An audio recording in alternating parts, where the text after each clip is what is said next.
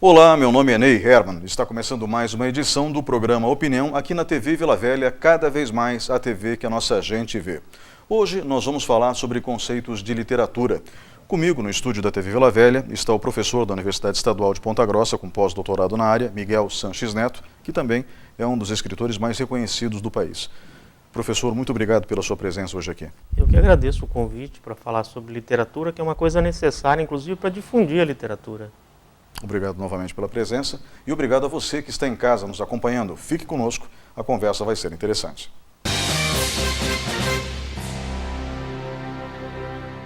Programa Opinião. Apoio Supermercados Tozeto. Bem mais que um supermercado. Eletrocometa. Qualidade e experiência. Iniciativa Cartuchos. Tudo em informática, mas tudo mesmo. E procureimóvel.com.br. Olá, estamos de volta com o segundo bloco do programa Opinião. O tema de hoje, conceitos de literatura. Comigo no estúdio, um dos maiores escritores do Brasil, Miguel Sanches Neto, professor do curso de Letras da Universidade Estadual de Ponta Grossa, com pós-doutorado na área. Professor, literatura, quando se fala de qualquer tentativa de conceituação, a gente passa por diferentes fases ao longo da história. Mas no momento atual em que a gente enfrenta uma transição do meio impresso, do livro impresso, para a internet, o que é literatura, afinal? Esta, Ney, talvez seja uma das perguntas mais difíceis que a gente pode ter na nossa área, que é conceituar a literatura numa época em que a cultura de massa, a cultura do entretenimento, ela se mistura muito com a alta literatura e fica, digamos assim, num limbo em que tudo ocorre muito para próximo um do outro. Então, eu posso dizer que o romance policial não é literatura, mas outros grupos podem dizer que o romance policial é literatura. Grosso modo, para mim, literatura é um texto que foi escrito para dar um prazer estético. Eu acho que essa é uma definição bastante ampla que permite que a gente entenda o texto literário, incluindo daí textos da tradição popular, textos da era da internet e os textos clássicos.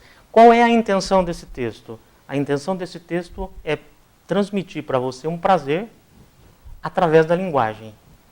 O que é diferente, por exemplo, de um texto acadêmico. O texto acadêmico não é literatura, porque ele não pretende transmitir prazer e sim informação através daquele texto, através daquele ensaio, daquela tese. Então é a arte da palavra que permite uma experiência estética. Professor, quando a gente fala em tudo que dá prazer e a gente vai de um extremo ao outro, existe literatura muito bem elaborada que tenha o propósito de dar prazer. Uhum. E ao longo da história, eram essas as obras que foram sempre consideradas como literatura. Aí vem os grandes clássicos da Antiguidade, na Idade Média, também, e sempre com uma linguagem quase hermética, ou seja, para início de conversa, poucas pessoas sabiam ler, pelo menos até historicamente falando, pouco tempo atrás, eu falo aí de 300, 500 anos.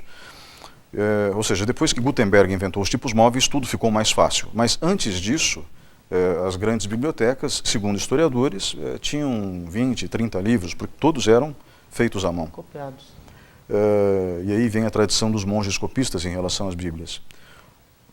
Com essa característica, com essa aura, o livro ele era não só o produto escrito, ou seja, o que estava nele escrito, mas o livro em si também era uma obra de arte, não era? Nessa época anterior aos tipos móveis de Gutenberg?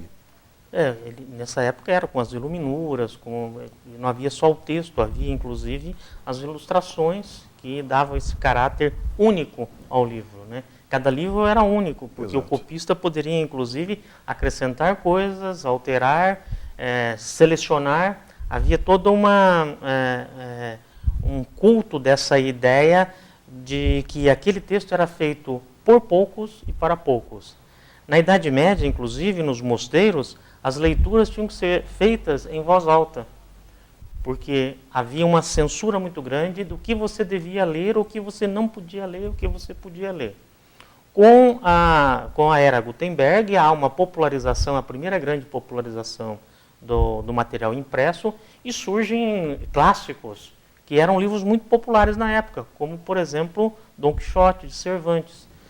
Foi um livro que era um livro popular, muito lido pelo povo, e que só foi possível porque já estava fora, digamos assim, desse ambiente de monastério que era o ambiente do livro antes da era de Gutenberg, antes da invenção dos tipos móveis. Então, o livro deixou de ser algo único para ser algo popular. Essa popularização do livro, ela ampliou-se violentamente com a modernização das máquinas. Quer dizer, nós podemos, eu me lembro, por exemplo, da década de 70, em que surge, por exemplo, os mimeógrafos, que foram assim os antecessores da internet, porque qualquer pessoa podia datilografar num stencil um texto, passava esse texto no mimeógrafo, dobrava, grampeava e distribuía como um livro. Então, essa geração dos anos 60 e 70, essas gerações antecederam esse momento de explosão que o texto viveu e vive ainda com a internet. Porque hoje o que mudou, basicamente, é que na internet você não é mais apenas o receptor do texto, você não recebe apenas o texto, você também é emissor de texto. Ou seja, a internet criou um tipo novo de público, que é um público que lê e escreve ao mesmo tempo, né? Então nós não temos mais apenas aquela figura da pessoa que é simplesmente o escritor e do outro lado aquele que é simplesmente o leitor. Isso foi possível graças a esse princípio de interatividade que a internet instaurou. Se você pegar hoje os escritores mais atuantes no mundo, todos estão no Twitter, estão no Facebook, né? Não vou nem entrar em qualidade literária, mas, por exemplo, o Paulo Coelho é um escritor que vive permanentemente nas redes sociais interagindo com os seus leitores. Então, nós vamos dado o começo da história do livro, de uma situação de reclusão, de livro escrito por poucos e para poucos, até o momento atual em que há uma explosão de produtores e leitores na internet. Mas essa postura de escrever para muitos, né, ela foi sendo construída, lapidada ao longo dos séculos, né?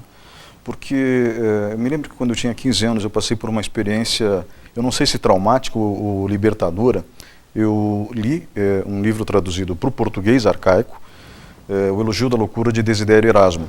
Então eu me lembro de ter ficado mais tempo com o dicionário na mão do que com o próprio livro. Mas era um esforço necessário para poder compreender o que estava sendo dito pelo autor. A conclusão a que eu cheguei, isso foi em 1985, é que o livro ele era escrito por um público seleto. Foi a conclusão que eu cheguei com os meus 15 anos de idade. E é óbvio que não é essa a intenção de um escritor hoje em dia. Ele escreve para o maior número possível de pessoas que, porventura, venham a gostar do seu estilo. Em que momento isso se intensifica antes agora da Revolução Digital? Foi na Revolução Industrial, na Inglaterra, com as grandes prensas, com o processo de industrialização intensiva que teve na Inglaterra naquele período, se não me engano, no século XVIII? Foi a partir da Revolução Industrial e depois, mais intensamente, no século XIX, com os folhetins, que era a literatura produzida para jornais. Se nós pegarmos os grandes livros do século XIX, quase todos tiveram a sua origem, ou pelo menos tiveram alguma relação com a publicação em jornal. Quer dizer, a publicação em jornal levava a literatura para um público que não era um público especializado. Então, a primeira, digamos assim, explosão em busca de um público mais amplo se dá com a publicação dos folhetins. Esses folhetins também tinham um caráter profissionalizante para o escritor, porque o escritor recebia para poder escrever isso nos jornais. E uma das grandes questões que envolve até hoje a trajetória de um escritor é como ser escritor e sobreviver, né? Normalmente no Brasil, em países com menor índice de leitura, o escritor tem sempre uma vida dupla. né? Ele tem que ser professor, tem que ser jornalista, tem que ser funcionário público para poder escrever. Então, a partir do século XIX, surge uma possibilidade de profissionalização através desses folhetins nos nossos jornais. No Brasil, isso é forte até o começo do século XX, mas a partir do século XX entra muito a crônica literária nos jornais, que é também um espaço de popularização específico do Brasil, do consumo e da produção de literatura. Se a gente pegar o século XX no Brasil, Drummond, vamos pegar, como Lima Barreto escrevia crônicas para jornais, Drummond, o grande mestre foi o Rubem Braga, enfim, mais recentemente, João Ubaldo Ribeiro e atuando ainda o Luiz Fernando Veríssimo. Então, a crônica também teve esse papel posterior ao folhetim de popularização. Mas nada se compara à internet, porque a internet ele é um espaço não hierarquizado, então ele é um espaço aberto, ele é um espaço onde qualquer pessoa pode manifestar a sua opinião e produzir o seu texto. Eu dou sempre um exemplo nas oficinas, que na década de 80, quando eu comecei a publicar os primeiros textos, meados da década de 80, para a gente publicar algum texto, a gente ia ao jornal, levava um artigo datilografado, ou levava um poema datilografado, conversava com o editor lia e publicava ou não essa nossa produção. Eu comecei publicando aqui no Paraná, no Jornal Nicolau, que era um jornal de cultura, da Secretaria de Cultura. Depois publiquei no jornal Estado do Paraná, numa coluna que havia lá sobre literatura, e no jornal A Notícia em Joinville. Então era um processo moroso, eu conseguia publicar 2, 3 textos por ano nesses jornais. Hoje, nós temos uma pessoa que começou a escrever, cria um blog e já começa a expor a sua produção.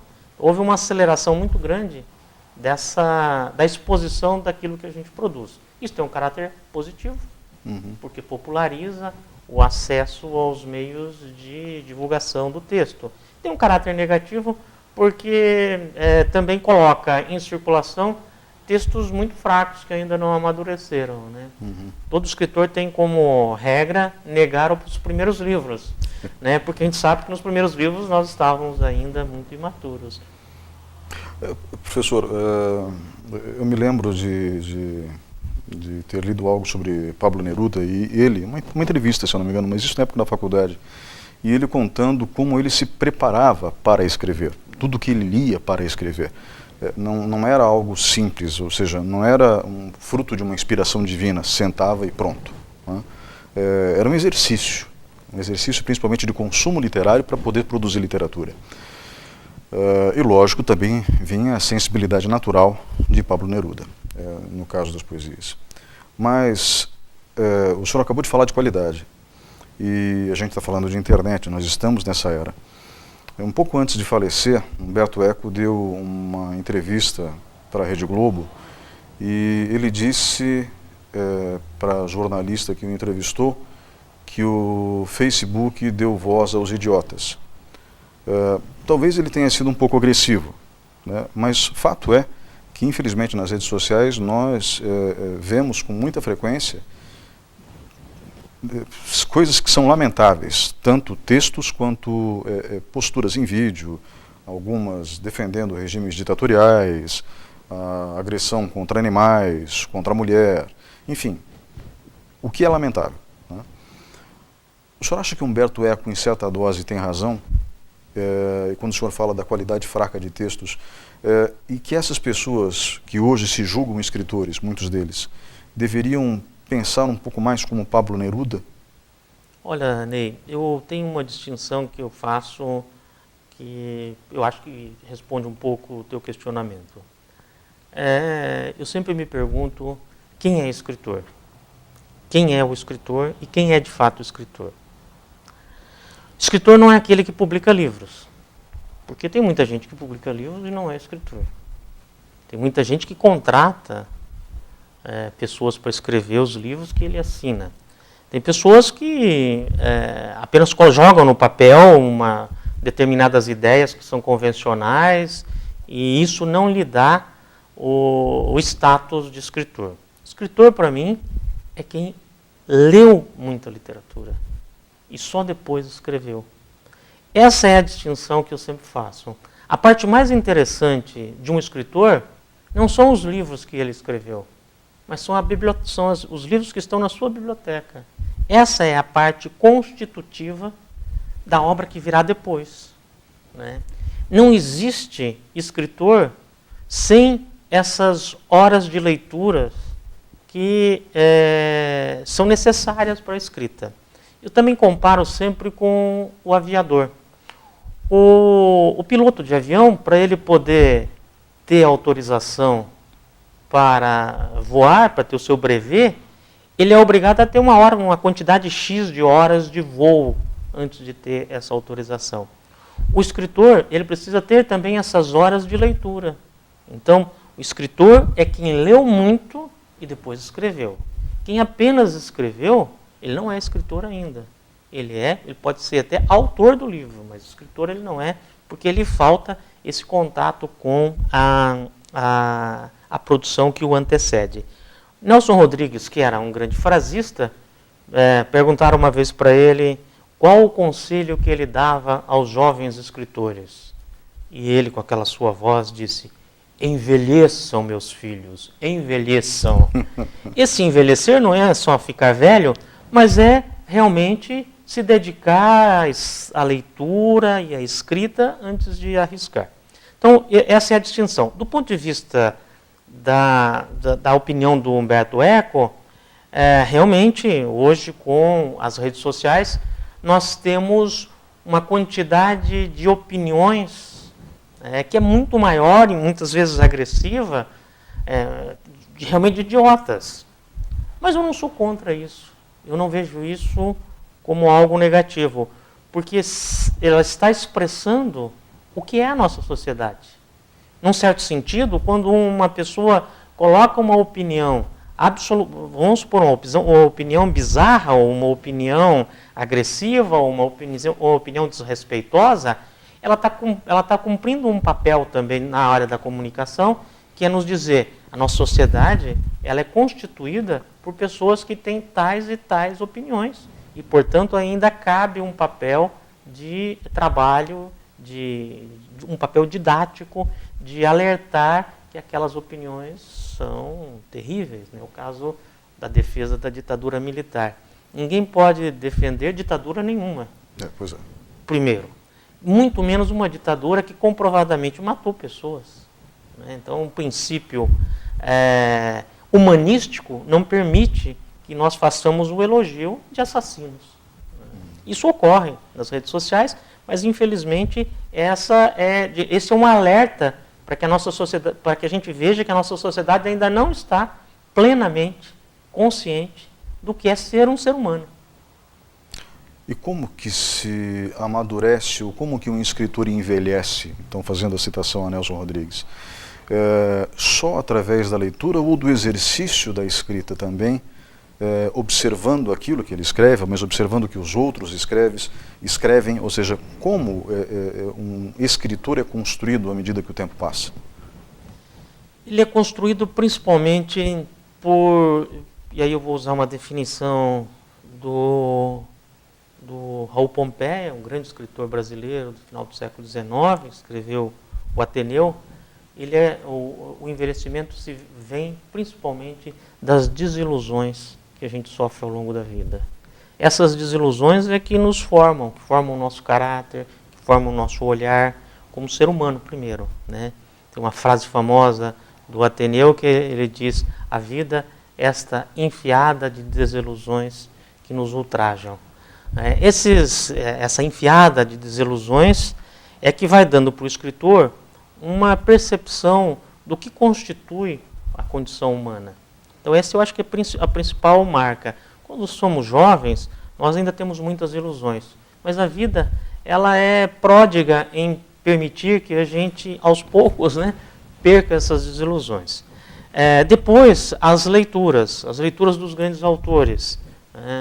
Cada escritor busca dentro eu penso a literatura como um supermercado. A literatura está lá, né? A biblioteca é um supermercado, tem uma quantidade de produtos, mas nem todos são para nós. Então nós vamos lá naquele mercado e escolhemos os produtos que são para nós. Então, cada escritor tem que escolher aqueles autores que são mais próximos a ele e fazer as leituras de fortalecimento. A leitura é para o escritor como é a atividade física para um atleta. É o treino diário que ele tem que fazer para poder ser competitivo. É a leitura que dá a musculatura de linguagem sem a qual um escritor não pode escrever nada, né? Então, isso de diferentes estilos. De diferentes estilos, porque na verdade eu tenho que escolher, são tantos livros, eu tenho que escolher qual aqueles autores que são mais próximos, que me são mais próximos.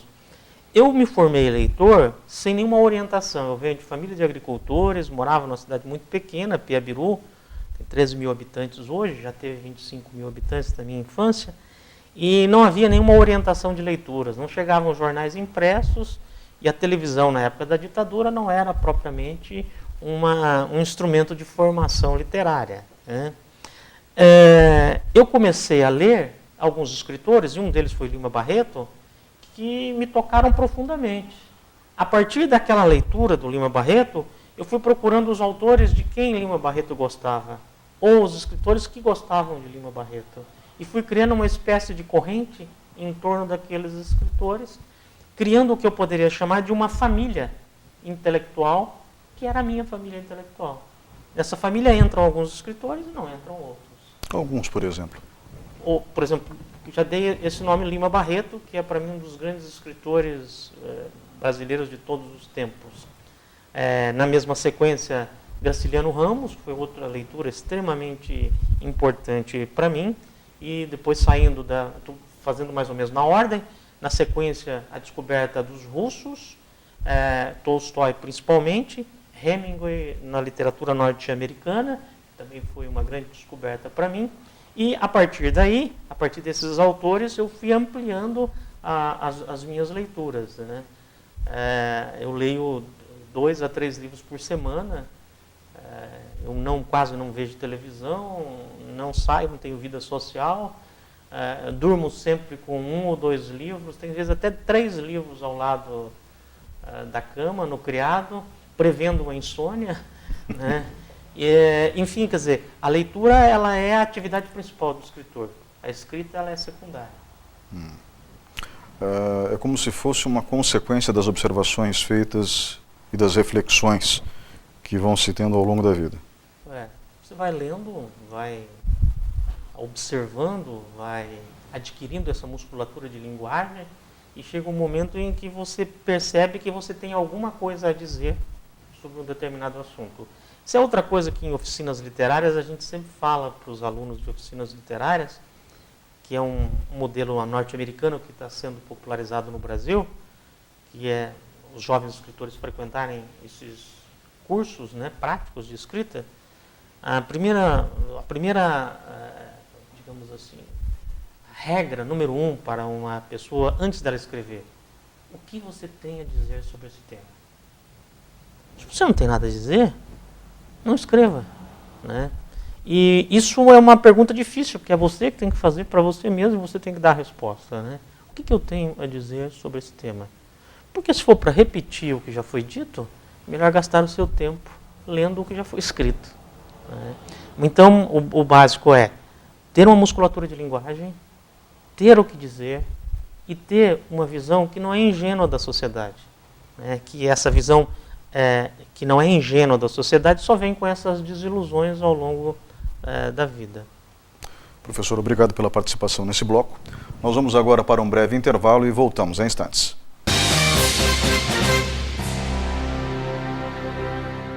Programa Opinião. Apoio Supermercados Tozeto. Bem mais que um supermercado.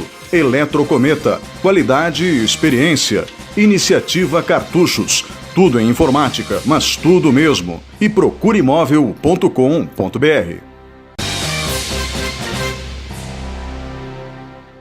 Olá, estamos de volta com o terceiro bloco do programa Opinião. O tema de hoje, conceitos de literatura. Comigo no estúdio está o professor Miguel Sanches Neto, do curso de Letras da Universidade Estadual de Ponta Grossa, com pós-doutorado na área, um dos melhores escritores do país. O senhor comentava agora no intervalo que lançou seu primeiro livro, comercialmente falando, no ano de 2000, isso já faz 17 anos. E também comentava no intervalo comercial que nós não vivemos um bom momento para o mercado editorial. Por quê? Ney, em 2000 houve um grande interesse pela produção brasileira, pelos escritores brasileiros, e as editoras buscavam autores nos estados. O mercado editorial brasileiro, ele é absolutamente focado em São Paulo e Rio. Quer dizer, temos algumas manifestações editoriais em Porto Alegre, um pouquinho em Minas, um pouquinho em Salvador, mas basicamente um pouquinho em Brasília, mas basicamente é São Paulo e Rio. As editoras paulistas e cariocas, elas buscavam nos estados os autores, porque havia uma grande crença de que a literatura brasileira teria uma penetração muito grande. Por que isso? Fim do período militar, melhoria dos níveis de educação, um certo enriquecimento do que o Brasil estava sofrendo. Como consequência, pensava-se a literatura brasileira ia ser consumida pelos brasileiros. Então, 2000, 2001, 2002, 2005, até 2010, nós vivemos uma década maravilhosa para a literatura brasileira, em que havia uma busca de novos textos, uma busca de novos autores e um consumo razoável desses autores. De lá para cá, nós percebemos que o que entrou forte realmente no mercado brasileiro foram as traduções dos romances de entretenimento, de fantasia, principalmente de origem norte-americana. Se você for em qualquer livraria média do Brasil, você vai encontrar as primeiras prateleiras, as primeiras mesas. Aquilo tudo não é literatura, aquilo tudo é material de entretenimento feito pelas grandes corporações editoriais estrangeiras, que esse material passa a ser vendido como literatura, e a literatura brasileira começa a desaparecer das próprias estantes das livrarias. Tente buscar nas livrarias médias livros de Drummond, ou mesmo de Guimarães Rosa, você vai ter dificuldade. Mas você vai encontrar o livro do youtuber, o livro do vampiro, o livro da fantasia que se passa não sei em que planeta. Então, criamos uma classe leitora, mas uma classe leitora que está muito vinculada ao entretenimento, aos jogos, aos games, etc. Isso piora com a crise que nós vivemos nos últimos anos. Com a crise econômica vivida pelo Brasil, o item do mercado editorial que mais sofreu foi ficção nacional. A ficção brasileira é o que menos vende em livros que começaram a vender menos. O sindicato dos editores brasileiros, ele indica esse ano um pequeno crescimento na venda de livros, mas esse crescimento ainda não cobre tudo que se perdeu ao longo dos últimos anos em termos de venda. Então, hoje, ser escritor brasileiro de ficção é uma coisa muito difícil, principalmente para quem está começando, porque houve uma retração muito grande desse mercado leitor de ficção brasileira. Por outro lado, as escolas perderam também muito espaço de formação de leitores. Conteúdos de literatura brasileira foram retirados do ensino médio para serem substituídos por outros conteúdos, o que dificulta ainda mais a vida do escritor no Brasil. Então, não é uma profissão hoje, digamos assim, tem um glamour, porque a pessoa acha que você não vai trabalhar, que você só vai viajar, só conversar com pessoas inteligentes, que você vai para a feira tal, que você vai para um encontro de literatura tal, mas, na verdade, é um mercado hoje que sofre uma crise muito grande. Professor, e pirataria, vocês sofrem muito? O mercado de música foi praticamente fragmentado, quase que destruído, a indústria da música por conta disso. Infelizmente, quem consome esse tipo de produto pirata não percebe o mal que faz aos empregos e à própria produção musical. A produção literária também sofre com isso? Sofre muito com pirataria. Grandes autores, principalmente grandes autores que são adotados em escola, vou dar alguns exemplos, Cecília Meirelles, Manuel Bandeira, Guimarães Rosa, Clarice Lispector, qualquer livro desse autor, você vai encontrar em PDFs criminosos e clandestinos na internet. Muitas vezes colocados por professores e colocados por instituições de ensino, né, que disponibilizam para o seu aluno um PDF que é uma cópia pirata do livro. Eu tive alguns livros que foram indicados para o vestibular. Quando 20 anos, 15 anos atrás, um livro meu ia indicado para o vestibular, vendia-se uma edição tranquilamente daquele livro naquele período do vestibular. Hoje, o mesmo livro é indicado para o vestibular e não vende 100 exemplares, porque você vai encontrar diversas cópias PDFs. Uma muito interessante aconteceu com um livro meu chamado A Máquina de Madeira, que é a história de um padre inventor brasileiro que inventou a primeira máquina de escrever no mundo, que era industrializável, e que, isso foi em 1859, e que acabou se perdendo, ele não conseguiu reproduzir essa máquina aqui no Brasil. Esse livro foi indicado no vestibular da Universidade Estadual de Londrina, e imediatamente, o livro tinha recém saído, eu falei, vai vender a edição tranquilamente, são 30 e tantos mil candidatos, né? A edição é de 3 mil exemplares, vai vender uma edição. Mas apareceram então os famosos PDFs, e um PDF, eu procurei isso pela internet, só para me divertir, uma menina dizia o seguinte: essa porcaria desse PDF está demorando muito para baixar o livro. Ela estava reclamando, inclusive, do PDF que ela estava tendo acesso de forma ilegal, né, e que não estava aprovando a rapidez daquele site que disponibilizava o livro. Mas existe muita pirataria, infelizmente. E é uma pirataria que atinge 3 segmentos do mundo editorial. O escritor ganha 10% do valor de capa. Os livreiros ganham de 45% a 50% do valor de capa, e os editores que ganham de 40% a 45%, dependendo de editoras, do valor de capa. Então, é menos emprego nas editoras, é menos livrarias, menos emprego na livraria, e é também menos profissionalização para o escritor brasileiro. Ou seja, como se as pessoas estivessem sendo desestimuladas a escrever ficção nacional. Exatamente. Porque o mercado é um mercado perverso. Outra coisa que nós também não temos no Brasil, que a Alemanha tem, Portugal tem também, eu cheguei a verificar isso, que é um sistema de bibliotecas que compra o escritor nacional. Né? Hoje nós não temos isso não estou falando de Ponta Grossa, estou falando do Brasil. Nós não temos um programa de compra de livros para o escritor brasileiro.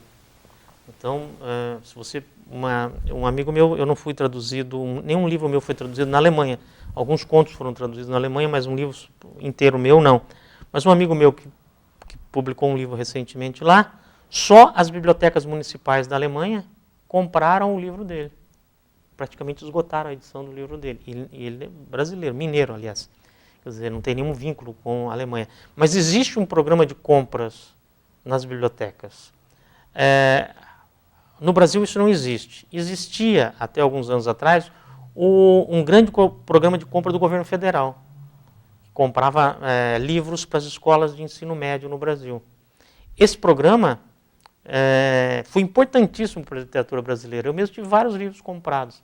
O governo comprava 30, 40, 50 mil exemplares de livros e distribuía isso nas escolas no Brasil todo. Esse programa também foi suspenso com a crise, né, com a crise econômica, que é também uma crise de recursos públicos. Esse programa foi suspenso. Então, nós não temos as compras para as escolas e nós não temos as bibliotecas municipais com verbas específicas para fazer a compra dos autores brasileiros. Isso em tudo, então, compromete bastante a sobrevivência da ficção nacional, mas compromete mais. Eu acho que compromete a identidade brasileira, porque nós vamos ter cada vez mais leitores brasileiros que só leem livros estrangeiros sem um conhecimento da cultura nacional, que é a essência da literatura brasileira. Eu entendo o que o senhor quer dizer, porque quando eu era garoto, a iniciação à leitura que eu tive foi com livros brasileiros do século XIX, as professoras de português assim indicavam.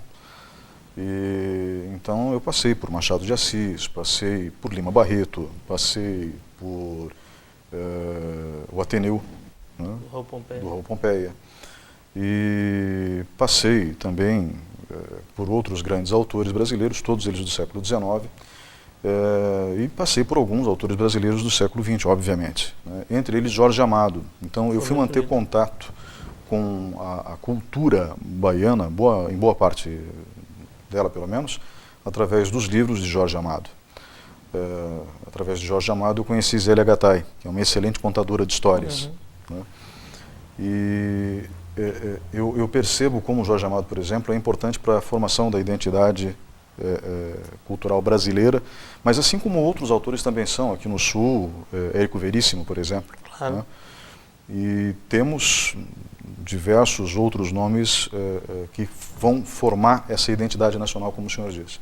Essa preocupação, eu acredito, é de todos aqueles ligados ao campo de literatura, aos cursos de letras, os professores, as universidades, mas eu não vejo outra saída a não ser estimular a leitura, que de preferência não seja pirata, né, porque as pessoas têm que entender que isso é crime. Professor, como se estimula a leitura? Esse também é a outra segunda pergunta mais difícil para a gente responder na nossa área. O estímulo da leitura em países como o nosso, por exemplo, há um descompasso entre a geração dos meus pais e a minha geração.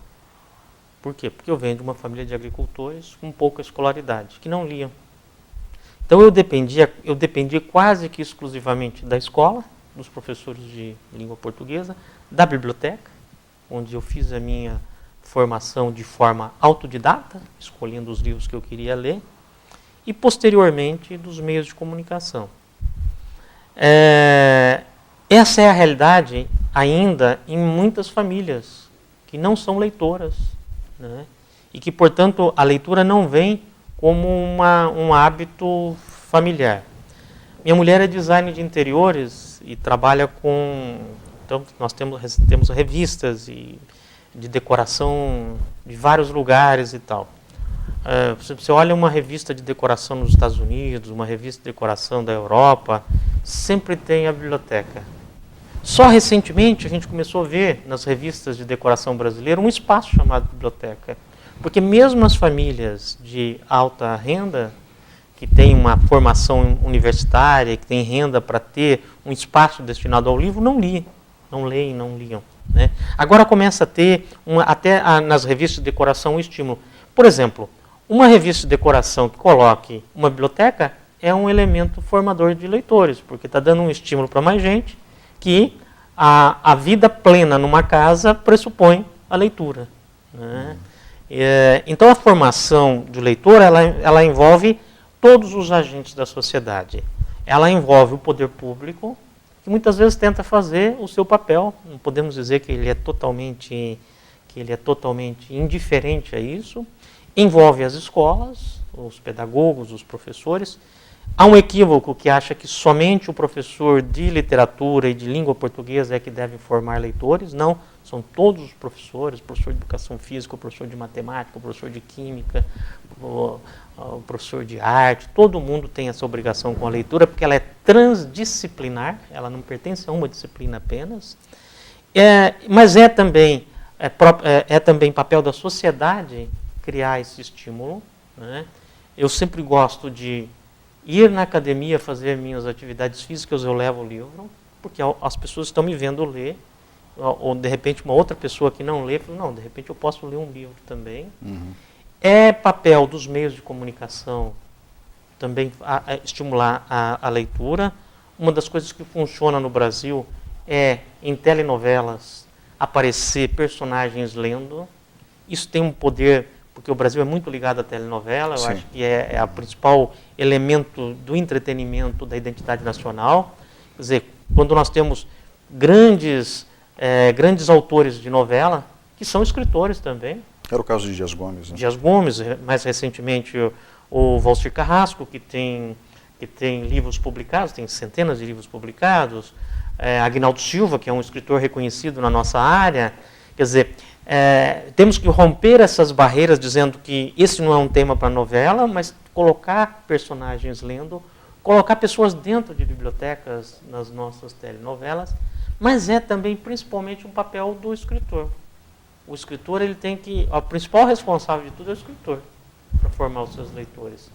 Porque ele tem que escrever bem, ele tem que escrever um livro que seja agradável, que dê aquilo que nós falávamos no começo do programa, um prazer estético pela linguagem. Perfeito. Porque se você pega um livro ruim, chato, quer dizer, nada é mais desestimulante para a leitura do que um livro chato, né? Então é papel da literatura também tentar ser agradável e tentar dialogar com o seu público.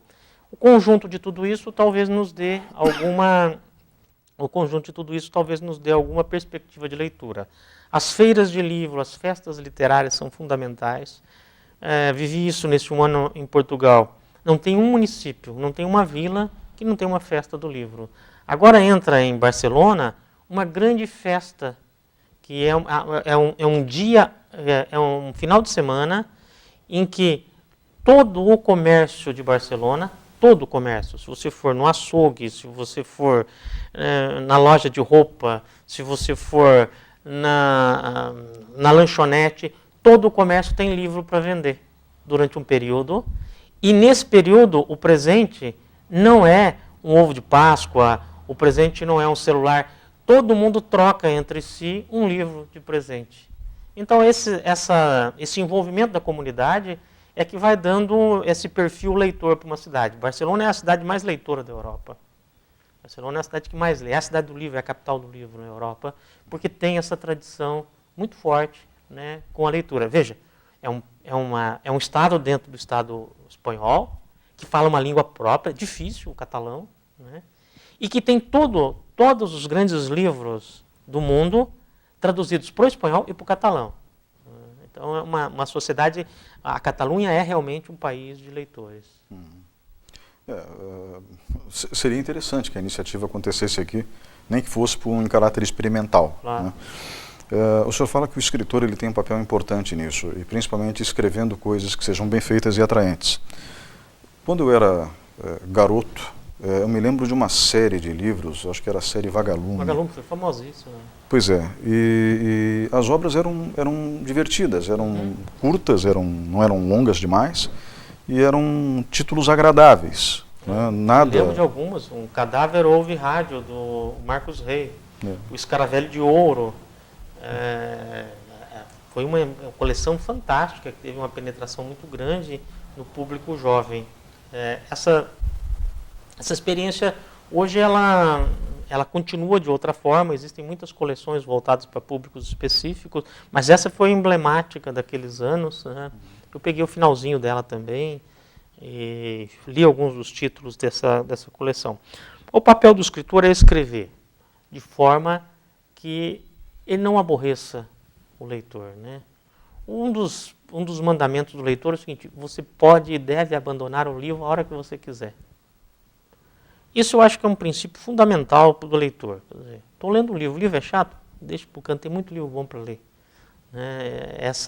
Você tem que ser um pouco impiedoso com o livro, porque é a função primeira dele. Ou ele te dá prazer, ou por que você está lendo aquilo? Você não lê um romance porque vai cair no vestibular. Quer dizer, o aluno lê, mas um leitor comum não lê. Não lê um romance porque fala sobre vinhos. Você lê porque você quer ter uma experiência estética com aquilo. Se essa experiência estética é insatisfatória, descarte imediatamente o livro e vá atrás de outro. Mas não pode parar de ler, né? O senhor acha que a saída é o humor? No teatro brasileiro, nos anos 80, 90, se usou como saída o humor.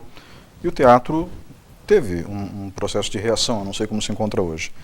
Mas o humor também, entre adolescentes, ele era muito usado. Vários escritores com crônicas, enfim, leves, suaves, agradáveis. O humor seria uma saída, ou simplesmente o fato do livro estar bem escrito já é suficiente para envolver o leitor? Veja, Ney, essa é uma pergunta boa, porque muitas vezes o que atrapalha um livro é ele ser muito bem escrito. Porque a pessoa quer colocar tanta coisa ali dentro, quer colocar todo o dicionário Aurélio dentro do livro dele, achando que com isso vai dar uma qualidade estética. Um bom livro é escrito com as palavras cotidianas. Isso para mim é uma regra de ouro do escritor. Quer dizer, eu tenho que escrever o livro na linguagem em que eu fui amamentado, na linguagem em que eu me apaixonei, na linguagem em que eu me comunico com meus filhos, na linguagem em que eu me comunico com os meus amigos. Então esse excesso de linguagem, ele é um fator que cria um distanciamento com o público. Eu vou falar uma coisa que eu tenho pensado, já até escrevi sobre ela. Quem que hoje forma leitores no Brasil? Não é a escola, não é a universidade, não são as feiras de livro. Quem forma leitor hoje no Brasil são as telenovelas, são as séries e são os filmes. Isso digamos assim, essas artes que dão para a pessoa que nunca leu um livro uma estrutura mental do que seja um romance. Então, porque ele acompanha as histórias da novela, porque ele acompanha uma série, porque ele acompanha um filme, uma história de um filme, ele consegue chegar e ler um romance de forma competente, né? Porque ele internalizou uma estrutura narrativa que é próxima do romance. Então, a saída que eu tenho buscado como escritor, eu trouxe aqui um exemplo com esse livro, que é A Bíblia do Tchê, é um romance que é policial. Porque eu vou atrás das estruturas narrativas dos filmes policiais, dos romances policiais, e escrevo um romance que é literatura, não é romance, não é literatura policial, é uma literatura mesmo, mas ela tem aquelas estruturas, o suspense, a morte, o capítulo termina com aquela expectativa do que vai acontecer depois, sempre com essa preocupação de chegar ao leitor comum. Eu tenho uma frase que eu digo sempre o seguinte, eu tenho que incluir o maior número de leitores na minha literatura. Não é escrever para o grande público, mas é permitir que eles cheguem até esse texto. Então, um dos caminhos que eu vejo hoje para formar leitores, por isso que eu falei que a responsabilidade é do escritor, é ele se aproximar desses gêneros midiáticos que são populares e fazer literatura próximo a eles, né? Eu tenho um livro chamado Chá das 5 com o Vampiro. É um romance que se passa em Curitiba, em torno do meio literário curitibano. Mas o título, Chá das 5 com o Vampiro, chamou muito a atenção. Foi um livro que teve bastante resenhas e tudo, porque era aquela onda dos vampiros. Sim. E a capa ficou muito parecida como um vampiro tomando chá. E uma das críticas que eu recebi com o maior prazer foi de uma menina, 17, 18 anos, que diz assim, esse escritor é bem malandro. Comprei o livro dele pensando que fosse sobre vampiros e não é sobre vampiros. E daí ela terminava dizendo assim, mas não é que eu gostei do livro? Nem parece literatura brasileira. Nem parece literatura brasileira. Nem parece literatura brasileira. Eu achei ótima a expressão dela, a frase dela, né? Porque, de uma certa forma, eu tento fazer uma literatura que dialogue com esses públicos, que são os públicos formados pelo entretenimento, sem ser entretenimento, mas que são formados pelo entretenimento. Então, a leitura da literatura brasileira depende muito também dessa percepção de que um livro não foi feito para humilhar ninguém. Você chega, poxa, não entendo nada do que está acontecendo aqui. Um livro foi feito para criar uma empatia com um leitor que você não sabe quem é. Perfeito. Professor, obrigado pela participação nesse bloco. Nós voltamos em instantes com o programa Opinião.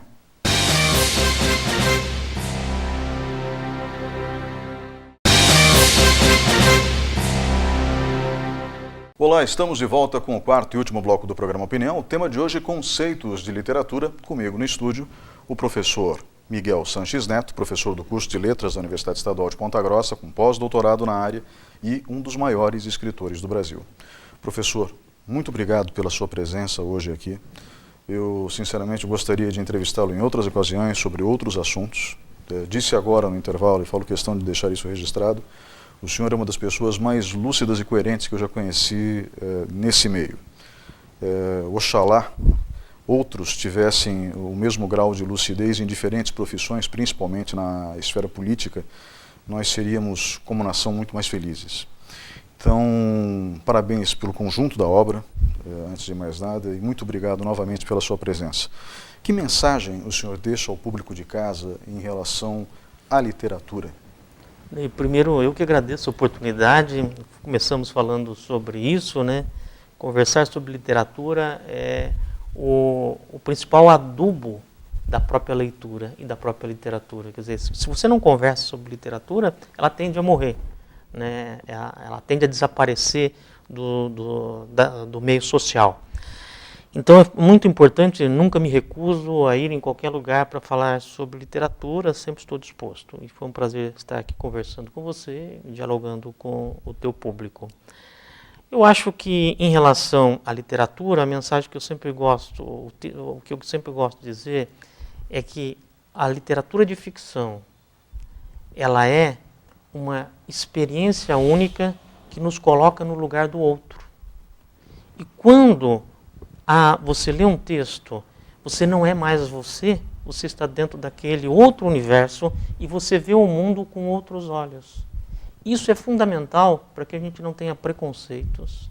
Isso é fundamental para que a gente entenda os nossos diferentes. Isso é fundamental para que a gente seja uma sociedade menos dividida, porque ela está sempre nos colocando no lugar do outro. Vou dar um exemplo bem rápido. Eu não sou judeu, mas leio os escritores judeus. Quando eu leio um escritor judeu, eu vejo o mundo a partir das experiências daquele escritor judeu. Então a literatura é fundamental porque ela nos tira do nosso lugar e nos coloca no lugar do outro. A alteridade. A alteridade. Professor, muito obrigado novamente pela sua presença hoje aqui e muito obrigado a você que esteve em casa nos acompanhando até agora. Um grande abraço, nós voltamos no próximo fim de semana.